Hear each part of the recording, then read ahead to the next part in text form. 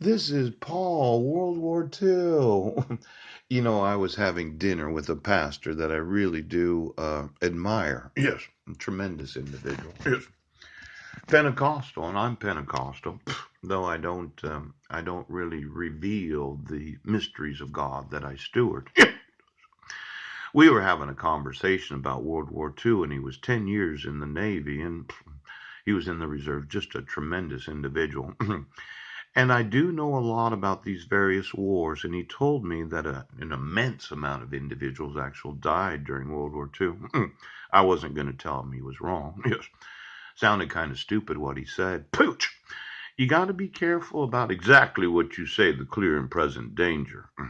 See, people that listen to people, they listen to what they say. Yes. And if you say something that I know is wrong, yes, I don't correct you. Yes.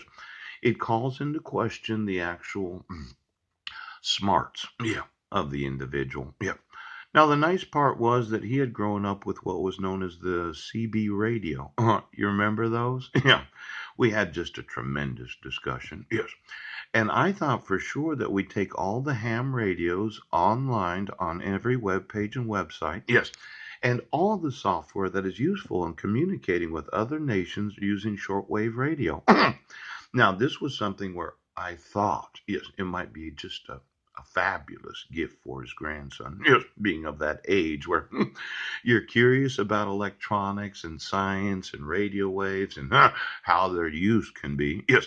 And then there's that large antenna that you can install in your personal residence. Right. So you can communicate with people throughout the world without the need of a telephone. Now, why don't you get me all the ham radio operators? Yes. And all the CBs? Yes. Of all the private residents that have a telephone number to be able to open a bank account. And then go online. Yes.